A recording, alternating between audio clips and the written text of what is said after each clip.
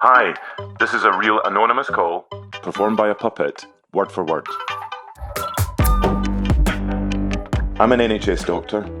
I'm going to tell you what goes on behind the scenes in a hospital.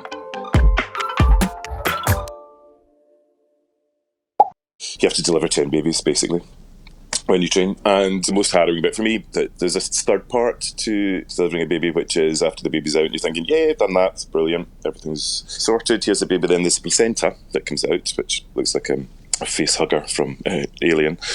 And then afterwards, I was like, so what do we do with it now? And she goes, oh, it just goes in the freezer. This is the nurse.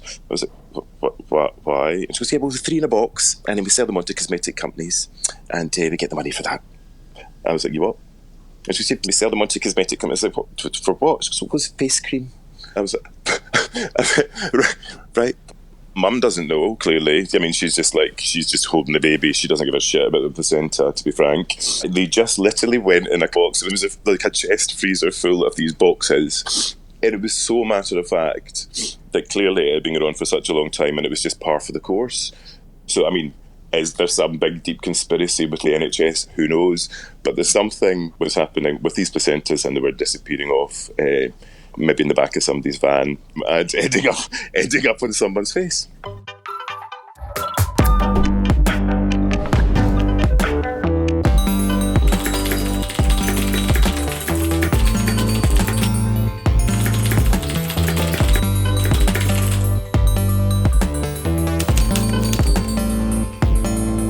Hi, this is a real anonymous call, performed by a puppet, word for word.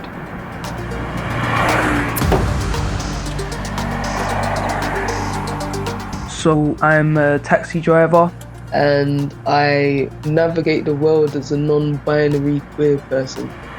Non-binary basically means not identifying as male or female. So it's kind of in the middle, it's not either of the poles. My face isn't particularly feminine, the build of my body isn't particularly feminine or masculine, to be fair. Like, people are so confused, but whatever, it's not my problem. The first evidence that I saw of people not really knowing who they were dealing with was in the comments section on the app, where I'd have like stuff like an amazing guy, wonderful chat with a great dude, or stuff like that. And then someone else would be like, oh, fantastic lady, but whatever. After that, it was just in conversation. For example, if I picked up a group of people and the women got in the back and the guy got in the front, the guy would always talk to me like, oh yeah, women always make up noise, mate, it's best to sit in front with you. I'm like, cool, I know who you feel like you're dealing with right now. I have no urge or desire to offer any sort of enlightenment either. Sunday morning drive, generally you get the walk of shamers. And I picked up this guy who had clearly been on a night out and kicked at friends or something, and his woman phoned while he was in the car, started having a moan, oh, where did you stay last night? You didn't answer your phone, blah, blah, blah, blah. So he came off the phone and he had a good old rant with me. He's like, mate, women, I don't understand. So we had a little exchange about like our encounters with women and how they responded to things and whatever. We started chatting about where we grew up and sports. See the football? And then he asked what school I went to. Where did you go to school? So I don't lie, I went to an all-girls school. Huh?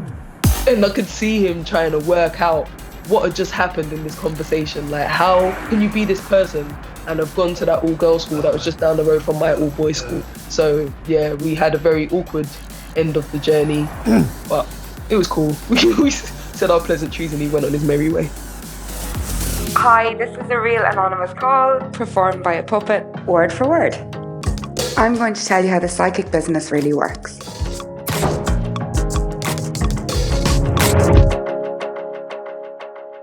I'm a professional psychic. I've been doing it for a number of years and I love it.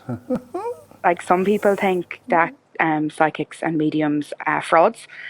All psychics and mediums are frauds. There's no kind of special skills that comes with this, apart from being able to read people and being able to Google things. So obviously the technical era has made things a lot easier to be able to find out information about people via Facebook, even LinkedIn. I see new opportunities here, potentially a new job in a new industry. RIP.ie, which is a website in Ireland for bereavements. Gosh, it must be such a tough time for you. And how do you feel now?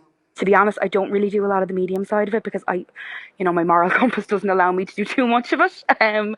Funnily enough, my moral compass does allow me to charge $3.99 per minute per call. But so I've just actually bought my first Porsche out of this. So $3.99 per minute is working out quite well for me. But I might look in January of increasing that. We'll see how it goes.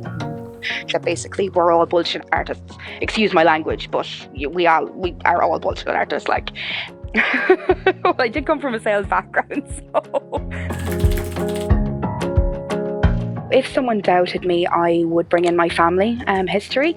So, my grandmother was a psychic, her mother was a psychic. So, I have years of generations of experience in reading people and reading, their futures and kind of what the best way for them to go would be.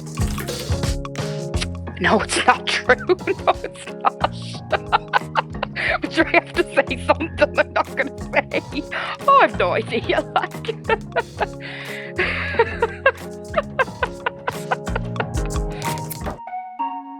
Right, well, this is strictly off the record. You will be replacing my voice with an actor, and all my tales will be told by a puppet. So I shall tell you about life as an embalmer.